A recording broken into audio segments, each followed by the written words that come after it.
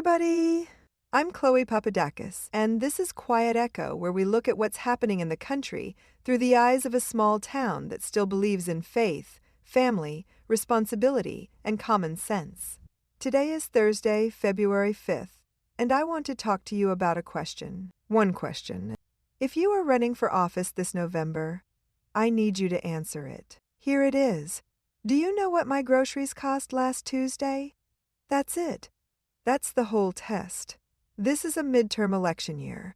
Campaign fundraising reports came out this week, and some of these races are on pace to be the most expensive in American history.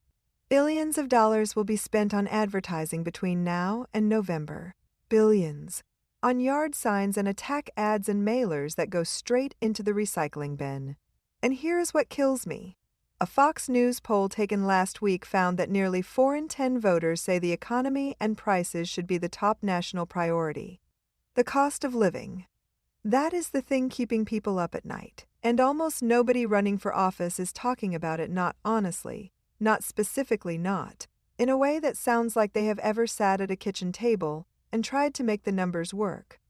Let me give you the numbers that matter. Not the Washington numbers. The real ones. 72% of Americans experienced a financial setback last year. More than half say they feel overwhelmed by their own finances. And 1/3 of American households, 1 in 3, cannot cover an unexpected $400 expense. $400, a car repair, a busted furnace, a sick kid at midnight. 85% of Americans tell Pew Research that elected officials do not care what people like them think. 85%. That is not a partisan number. That is everybody. And now? Now they are leaving. 61 members of Congress, 12 senators, 49 House members have announced they will not come back after the midterms. That is a record for this point in a cycle. Both parties, all ages, walking away. And when they tell us why, listen, because they are naming the disease out loud. Former Speaker Kevin McCarthy went on C-SPAN last month and called Capitol Hill his word chaos. He said lawmakers are leaving because, and I'm quoting him, when nothing is happening when. It's just pure fighting, people say. I could go spend my time doing something else. Then he said something even more important. He said the politicians are now picking the voters instead of the voters picking the elected officials. And he said that is bad for the country. Marjorie Taylor Greene, love her, or not resign from Congress on January 5th. In her resignation letter, she wrote that no matter which party holds power, and I'm quoting, nothing ever gets better for the common American man or woman. The debt goes higher. Corporate and global interests remain Washington's sweethearts. She said the average family can no longer survive on one income.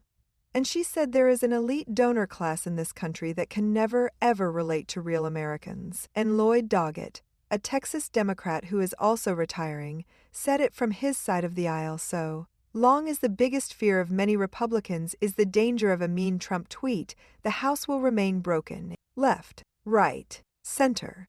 Same diagnosis. The system is not working for the people it was built to serve. But here is what none of them said. Not McCarthy. Not Greene. Not Doggett.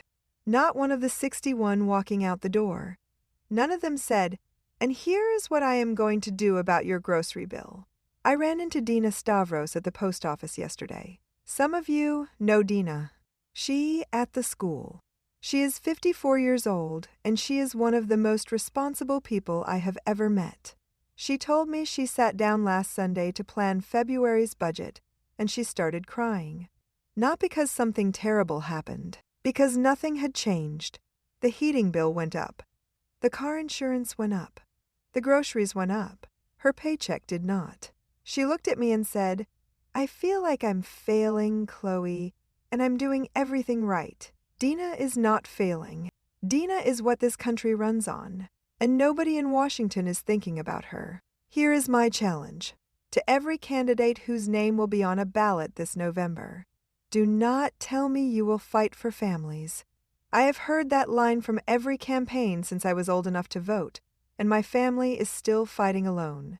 Tell me you know what it cost to be a family. Stand in front of Cedar Valley and say, I know your heating bill went up 40%. I know you are choosing between your child's shoes and your car payment. I know because I asked. And here is what I will do. Not study, not commission a report. Do. Cedar Valley has seen that kind of person before. You remember Hal Driscoll. 8 years in the state legislature. Same trick the whole time. Answered his own phone on Saturday mornings. When Betty Harmon's husband got sick and they could not figure out the insurance paperwork, Hal did not send a staffer. He drove over with a yellow legal pad and sat at their kitchen table until it was done. People did not agree with Hal on everything, but they voted for him every time he ran. Not because he was popular, because he was present, because he was a friend. The Bible says in Luke 2:28 p.m., "For which of you, desiring to build a tower, does not first sit down and count the cost?" That is advice for anyone who wants to lead. Count the cost. Know what things cost the people you are asking to trust you. If you want my vote, start at my kitchen table. Be more concerned with my fiscal well-being than with being popular. Do that, and you will not need to worry about the 85% who think you are corrupt. You will be something better. You will be a friend.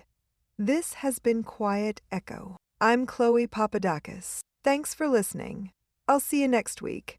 This podcast is part of the fictional Cedar Valley news series. While the people in town are fictional, the national events they reflect on are real. Want to know the full story behind Cedar Valley? Teresa, Caleb, Dan, and the community you hear about in this podcast first came together in Quiet Echo, available on Amazon. You've been listening to the Cedar Valley News Podcast, where small-town voices meet the headlines shaping our world. From faith and family to front porches and fields. We'll be back with more stories connecting real lives to real events. Until next time, keep your porch light on, your faith strong, and your heart open.